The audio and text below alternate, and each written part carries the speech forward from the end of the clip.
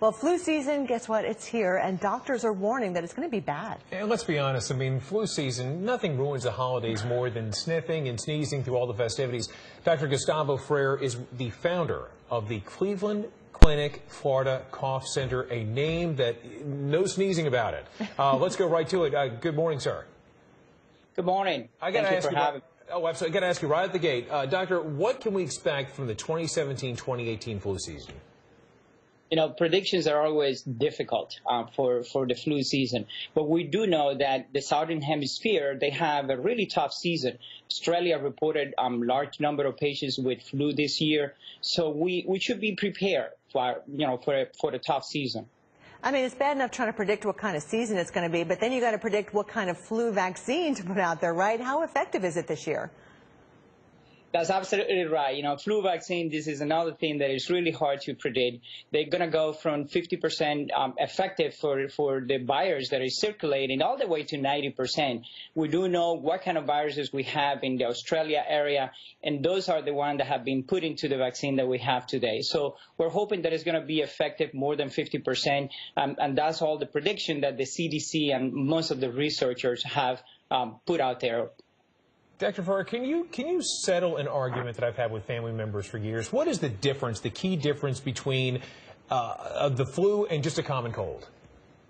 That's an excellent question. Excellent question. You know, common cold and flu are both produced by viruses. What happens is that the flu is a specific type of virus. There's tons of viruses circulating out there, and the flu tend to be symptom-wise milder than the common cold tend to be milder than the flu. So you're gonna have just a mild fever, cough, runny nose, and it tends to go away in 2 to 3 days. The flu, on the other hand, tends to be more severe. This is the one that gives us respiratory failure. People can have pneumonias.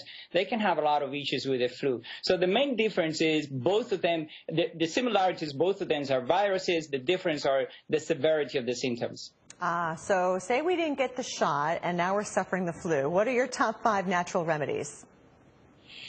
Excellent question. Excellent question. This is something, you know, in 2013 was something that it was searching Google. The top remedies for flu were one of the top things searched during this time.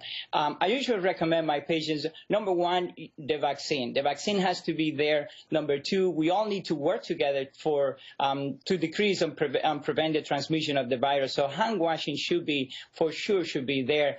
Number 3, I usually recommend my patients vitamin D3, and this year, precisely this year, around April, the Beatrix Journal of Medicine published a large study where they shows that vitamin D3 is highly effective to prevent all kind of these infectious processes, primarily viral. When the symptoms begin, do not forget the wonderful chicken soup. There is a lot of research to back that up.